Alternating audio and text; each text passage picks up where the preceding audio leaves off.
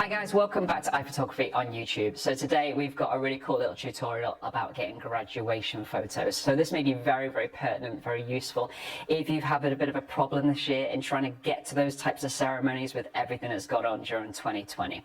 So we've got our lovely model Nicola who is going to stand in and actually get some graduation photographs from us. We're also being joined by George and Albie, the office studio dogs today, just if you hear them in the background.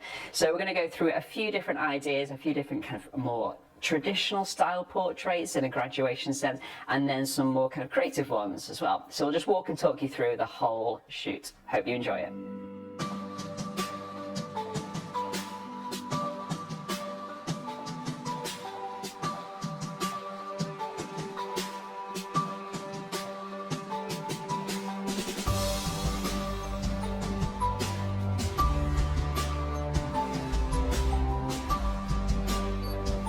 Going to start off just making sure that the lighting's nice and even and balanced to make it come in a tiny bit closer with that. That's lovely, yeah. So just keep looking towards those pictures on the back of the wall. So we're getting a nice kind of blue tint to those, just to give you an idea. Gives a nice kind of soft gradient of blue tint across the back there. Lovely. You turn your head a little bit more towards the window, but keep your eyes, that's it, just on me.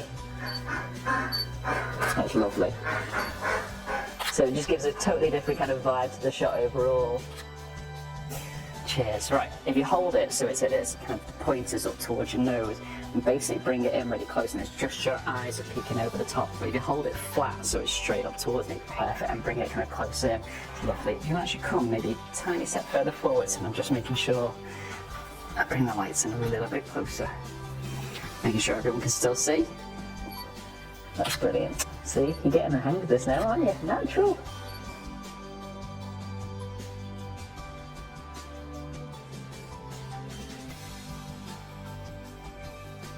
Okay, tell you what we'll do then for a moment. Do you want to just take the gown off for a little bit and we'll just do some of the mortar cap on its own.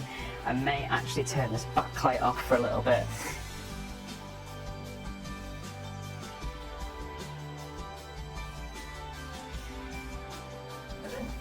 Yeah, so it's a really nice kind of little DIY hack that if you're not able to actually, you know, have your own certificate if for any reason you've not got one or anything like that, this is basically just a few documents rolled up in there, and it's just a nice simple piece of red ribbon you can get from most kind of hobby shops or anything like that. So we're just using that as our little prop for the moment. Right, so just eyes on me again, thank you. Lovely. I'm going to step back a little bit because I'm just a fair bit close. Can I get you just to go a tiny step back as well, Nicola? Just, yeah, that's enough there, thank you. Lovely.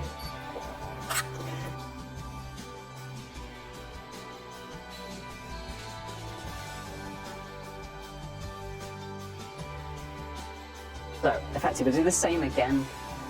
Then, Nicola, do you wouldn't mind just taking a tiny step back from there? Sorry, thank you.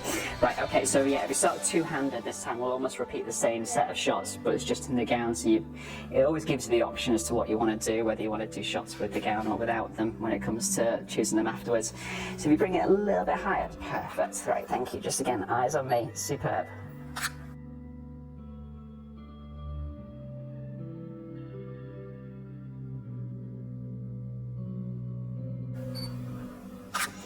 Now if you bring it a bit closer towards your body and bring that left shoulder a bit more this way again so it's not totally turned, thank you. Now if you just slightly dip your head a tiny touch, that's brilliant, lovely.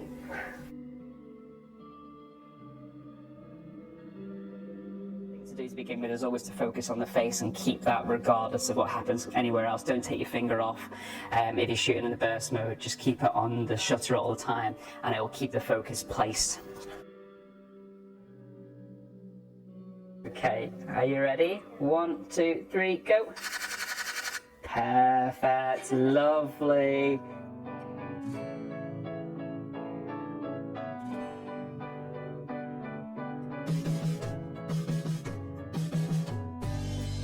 Now what I'm going to try and do is actually bring this further forward so it's in the foreground for a second here now. And you may have to come a little bit closer in there. Alright, so we're just going to arrange the letterings just so they're in front.